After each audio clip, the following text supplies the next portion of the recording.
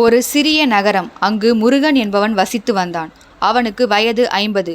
அவன் தச்சன் தொழில் செய்து வந்தான். ஆனால் மனம் சோர்ந்தவன். ஒரு காலத்தில் கனவுகள் இருந்தது. ஆனால் தோல்விகள் அவனை நம்பிக்கை இல்லாத மனிதனாக மாற்றிவிட்டது. இப்போது நான் பழைய மரம் மாதிரி, இதில் புதிய கிளை கிடையாது என்று அவன் நினைத்தான்.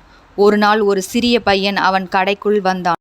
அவன் கையில் ஒரு சிறிய மரக்கட்டை வைத்திருந்தான். முருகனை பார்த்து பையன் கேட்டான், அண்ணா, இதில் ஒரு பறவை கூடு செய்ய முடியுமா?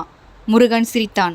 அது கடினம் தம்பி, நீ பெரியவன் ஆனா கற்றுக்கொள் என்றான். அதற்கு அந்த பையன் சொன்னான், வயது இல்லாமலேயே கற்றுக்கொள்ளலாம், நீயே முயற்சி செய் அண்ணா என்றான்.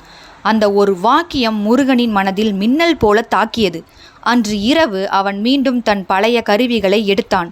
மரக்கட்டையை எடுத்து வெட்டத் தொடங்கினான். முதல் முயற்சி தோல்வி, இரண்டாவது முயற்சியும் தோல்வி.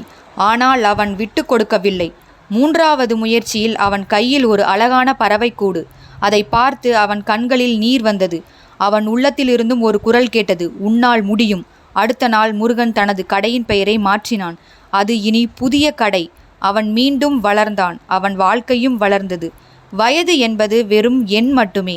மனதில் மாற்றம் வர வேண்டும் என்றால் அதற்கான நேரம் இப்போதுதான். வளைக்க நினைத்தால் எந்த வயதிலும் வளையலாம். இந்த வீடியோ பிடிச்சிருந்தா லைக் பண்ணுங்க, ஷேர் பண்ணுங்க, கமெண்ட்